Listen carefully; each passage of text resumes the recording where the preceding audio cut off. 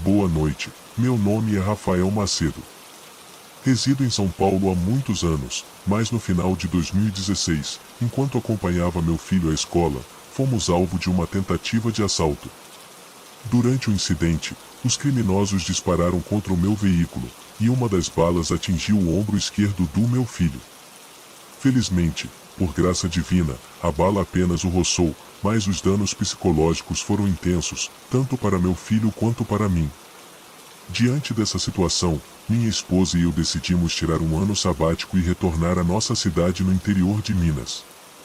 O diretor do hospital onde eu ainda trabalho compreendeu a situação e concordou com o meu afastamento, mantendo meus vencimentos sem a necessidade de continuar trabalhando. Assim, eu poderia me recuperar psicologicamente antes de retomar minhas atividades profissionais.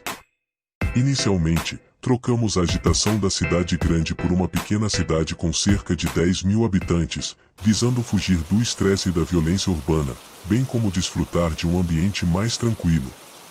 Optamos por morar com meu avô materno em um pequeno sítio, onde ele cria vacas leiteiras e produz queijos e doces.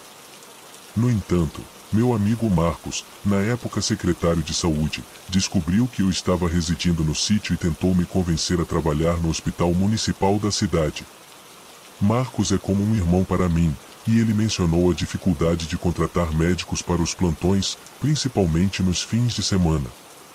Após ponderar a proposta com minha esposa e avós, decidimos que eu faria plantões de um dia a cada final de semana para auxiliar os moradores da cidade.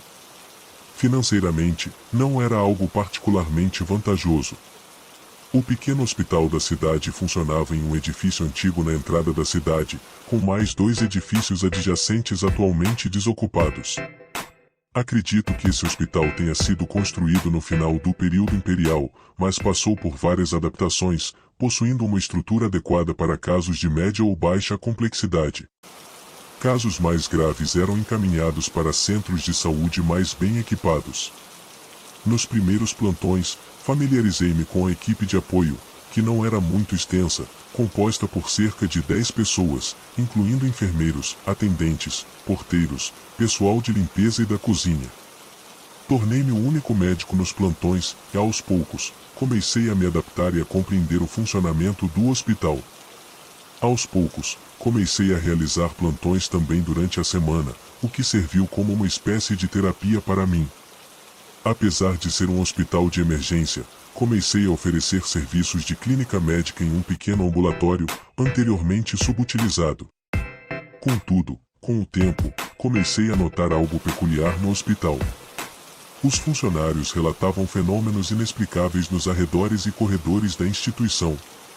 Em maio de 2017, durante um plantão, após um dia inteiro atendendo no ambulatório, fui tomar um banho no banheiro do hospital para descansar. Repentinamente, uma emergência ocorreu, envolvendo uma criança com febre alta e dificuldades respiratórias devido à asma. Após atender a criança e medicá-la, ela foi internada na pediatria para observação. Mais tarde, por volta das 22 horas, enquanto conversávamos do lado de fora, ouvimos vozes e risadas de crianças. Comentei com uma das enfermeiras que acreditava que a criança estava melhorando. No entanto, ela não reagiu, e logo após, avistei uma garotinha brincando do lado de fora da pediatria. Surpreendentemente, não recordava de ter nenhuma menina internada no hospital naquela noite, apenas um garoto. Fui questioná-lo, e ele mencionou que a garotinha se escondeu no banheiro. Apesar de não encontrá-la no banheiro, senti um puxão leve em meu jaleco, embora não pudesse ver a garotinha. Adverti sobre fazer bagunça e saí do quarto. Antes de andar 20 passos, olhei para trás e vi a garotinha no corredor, desaparecendo rapidamente. Curiosamente, não senti medo, mas, pelo contrário, experimentei uma sensação de paz. No entanto, decidi não compartilhar essa experiência com meus colegas de plantão. Em plantões subsequentes, não testemunhei eventos sobrenaturais, até que em uma noite, por volta das 19 horas, a sirene da ambulância da cidade anunciou a chegada de um jovem que havia sofrido um acidente de moto. Infelizmente, o rapaz não resistiu e veio a óbito logo após ser internado no hospital. Além da tristeza da morte, testemunhei algo que poucas pessoas têm a oportunidade de ver.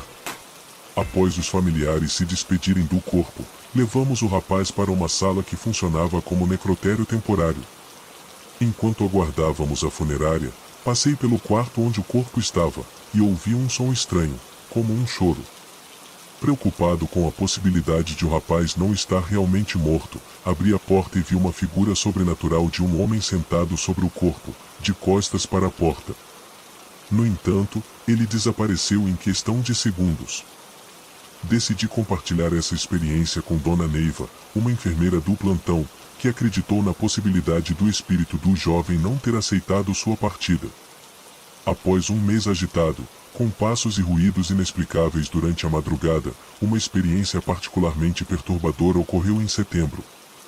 Uma jovem que sofria de convulsões foi trazida ao hospital por familiares. Durante o atendimento, ela segurou meu braço com uma força sobre-humana e começou a proferir palavras incoerentes e obscenas.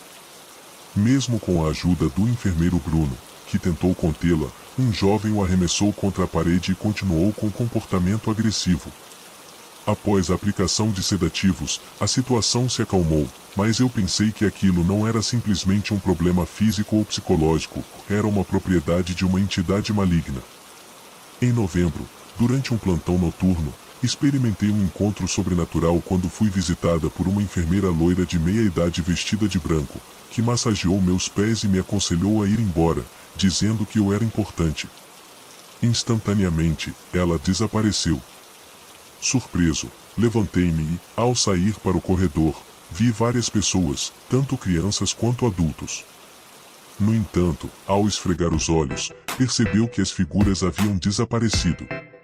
Não sinto medo naquele momento, mas uma sensação de paz.